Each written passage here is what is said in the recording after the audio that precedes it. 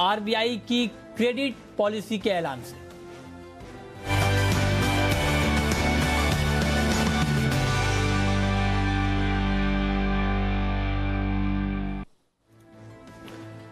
और reserve bank of India ने repo rate में कोई बदलाव नहीं किया है। आरबीआई ने रेपो रेट 4% पर बरकरार रखा। रिवर्स रेपो रेट भी 3.35% पर बरकरार रहेगी।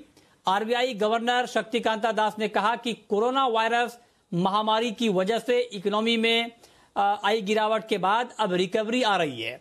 हाल में आए आर्थिक आंकड़ों से अच्छे संकेत मिले हैं। ग्लोबल इकोनॉमी में भी रिकवरी के मजबूत संकेत मिल रहे हैं। The Indian economy is entering into a decisive phase in the fight against the pandemic. Relative to pre-COVID levels, several high-frequency indicators are pointing to the easing of contractions in various sectors of the economy and the emergence of impulses of growth. और इस खबर पर detail में बातचीत करने के लिए हमारे सहयोगी ब्रजेश मिश्रा हमारे साथ जुड़े हैं। ब्रजेश, शक्तिकांता दास ने रेट कट तो नहीं किया, लेकिन ऐसा क्या किया जिससे बाजार काफी खुश दिखा? देखिए, कई चीजें हैं। एक तो सबसे बड़ी बात यह है कि जो एक उम्मीद जो जताई गई है रिजर्व बैंक की ओर से, वो इस बात की कि मुमकिन है कि चौथी तिमाही खत्म होने तक ये जो माइनस में चल रही है जीडीपी, वो पॉजिटिव फेज में आ जाए। दूसरे कई ऐसे इंडिकेटर्स और भी हैं, उन्होंने गिनाए आरबीआई गवर्नर ने, कि जहां पर बड़े अच्छे संकेत दिखने शुरू हो गए हैं, यानी इकोनॉमिक एक्टिविटी दिखनी शुरू हो गई है। जैसे कि इलेक्ट्रिसिटी का सेक्टर है, काफी अच्छी इलेक्ट्रिसिटी की डिमांड दिखी, आंकड़ों में दिख रही है। फर्टिलाइजर सेक्टर है, वहां बिक्री बहुत अच्छी हो रही है। मनरेगा के थ्रू जो काम मिल रहा है, मनरेगा के थ्रू जो वर्क की डिमांड है वो अच्छी है, वो रूरल इकोनॉमी से डिमांड को बढ़ावा देगा, वहां अच्छी स्थिति दिख रही है।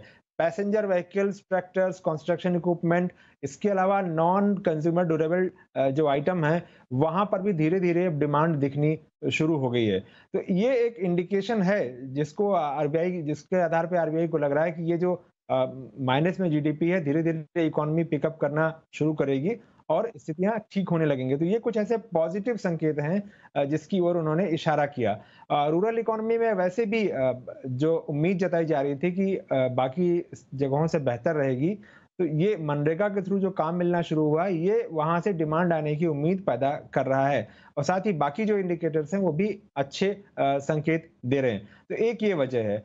दूसरी वजह जो रियल एस्टेट सेक्टर को लेकर काफी अच्छे अनाउंसमेंट हैं, जिसमें ये कहा गया है कि अब जो होम लोन का साइज होगा वो एलटीवी के थ्रू तय होगा, यानी लोन टू वैल्यू है उस जो होगी होम की, उसके ऊपर तय होगा, उसके ऊपर रिस्क वेट तय होगा।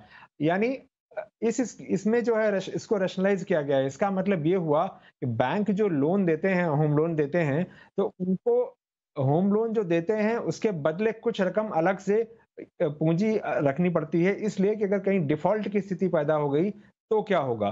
तो वो जो रेशियो है उसको काफी बेहतर किया जा रहा है, कम किया जा रहा है।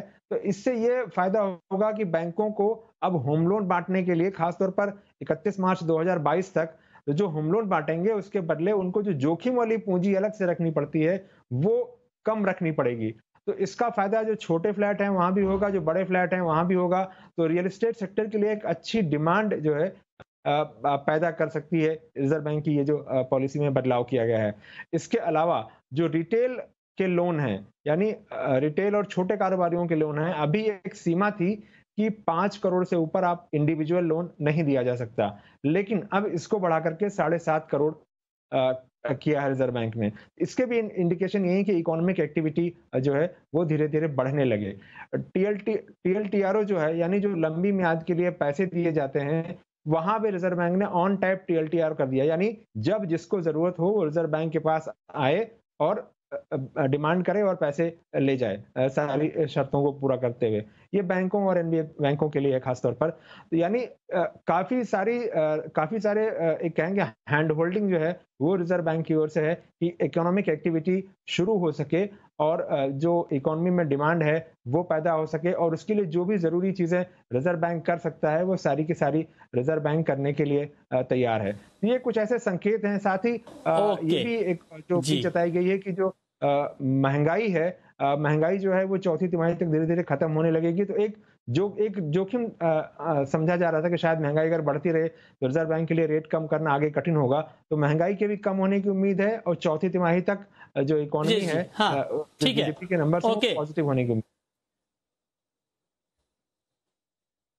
जी, बहुत शुक्रिया ब्रजेश आपका डिटेल जानकारी के लिए।